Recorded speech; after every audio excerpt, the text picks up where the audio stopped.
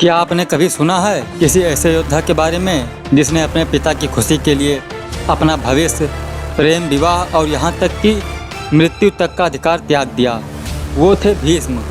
कभी कभी प्रेम सिर्फ पाने तक का नाम नहीं होता, कभी प्रेम त्याग होता है और मौन होता है। बहुत समय पहले हस्तिनापुर के राजा शांतनु गंगा किनारे टहल रहे थे। वहाँ उन्हें एक दिव्य स्त्री मिली, सुंदर, शांत, रहस्यमयी। राजा ने विवाह का प्रस्ताव रखा। गंगा शांत रही। गंगा ने शर्त रखी, मेरे कर्मों में हस्तक्षेप मत करना, वरना मैं हमेशा के लिए चली जाऊंगी। शांतनु ने हाँ कर दी। जिस माँ को हम जीवनदायिनी कहते हैं, वही माँ अपने बच्चों को नदी में बहा रही थी। क्यों? गंगा ने एक एक करके अपने 7 बच्चों को नदी में बहा दिया। शांतनु हर बार तड़पते पर कुछ कहते नहीं। 8वें बच्चे के समय वो बोल पड़े, रुको। गंगा मुस्कुराई और उसने कहा, आपने वचन तोड़ा है। मैं गंगा हूँ। ये 8 वसु थे जिसे श्राप मिला था। अब मेरा कार्य पूर्ण हुआ, मैं जा रही हूँ। और वह 8वें पुत्र को लेकर अंतर्ध्यान हो गई। वो जो कल नदी में बहाया गया था, आज वही बालक सूर्य के समान तेजस्वी बनकर सामने खड़ा था। वर्षों बाद शांतनु को गंगा तट पर फिर एक दिव्य बालक दिखा जो जल की धाराओं से खेल रहा था।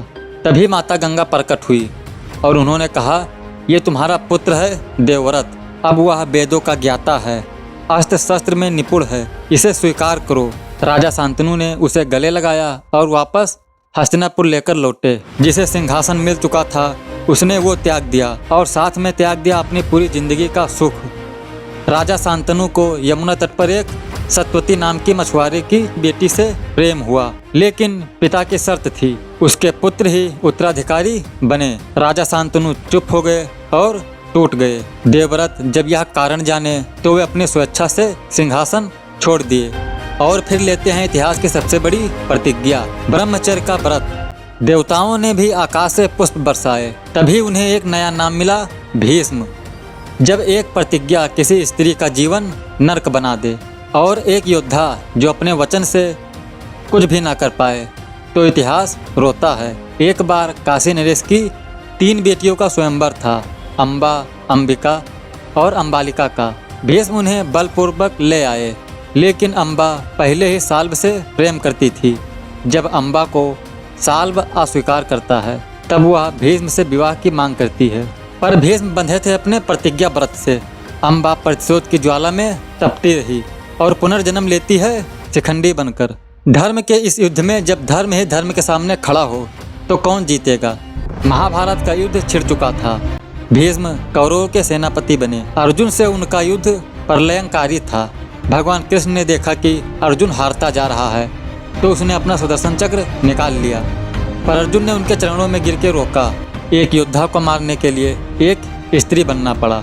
10वें दिन अर्जुन ने शिखंडी को आगे करके भीष्म के ऊपर बाणों की वर्षा की और भीष्म बाणों की सैया पर गिर पड़े।